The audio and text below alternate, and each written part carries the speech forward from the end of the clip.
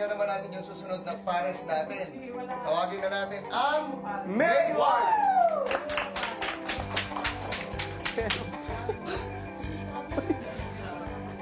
Action!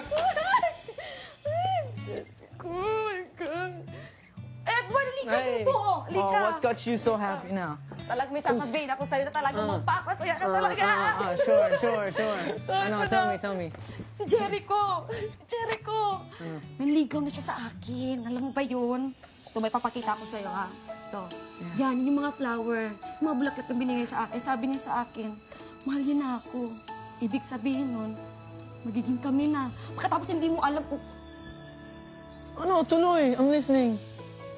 anong problema mo. Wala. You know me. Wala. May problema ka, sabihin mo na. Wala. Promise. You know me. For how long we've been best friends? Kaya nga, kilala kita kasi best friend ka, di ba? Alam mo yun! Oh, sige, sabihin fine. mo na! Fine, I didn't want to tell you. Pero may problema sa bahay. With my mom and my dad. And Edward, di ako naniniwala sa'yo. Ano? Sabihin mo na kung hindi, lalampasin ko to sa, sa mukha mo. He's the Kasi- problem. Chick boy siya. I know that, you know that, everybody knows that. Come on, man. Edward, chick boy siya, pero nagbago siya. Kaya huwag kang mahusga, hindi mo siya kilala. He's not good for me.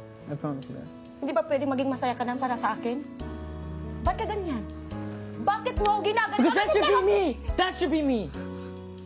Not just Jericho.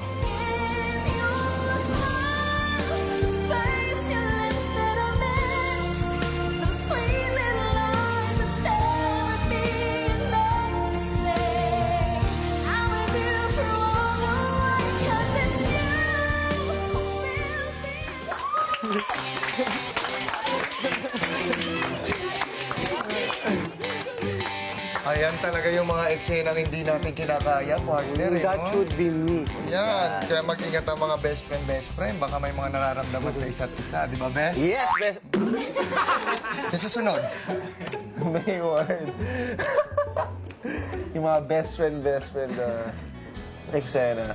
Super classic na scene. Ang ganda nung ginawa niyo, except for there was a part, Edward, you were losing it. Pag mawawala ka, kailangan makabangon ka agad. Kasi andun na yung tension eh. Kailangan pataas ng pataas. Yeah. But it was, I think it was okay. It was good naman.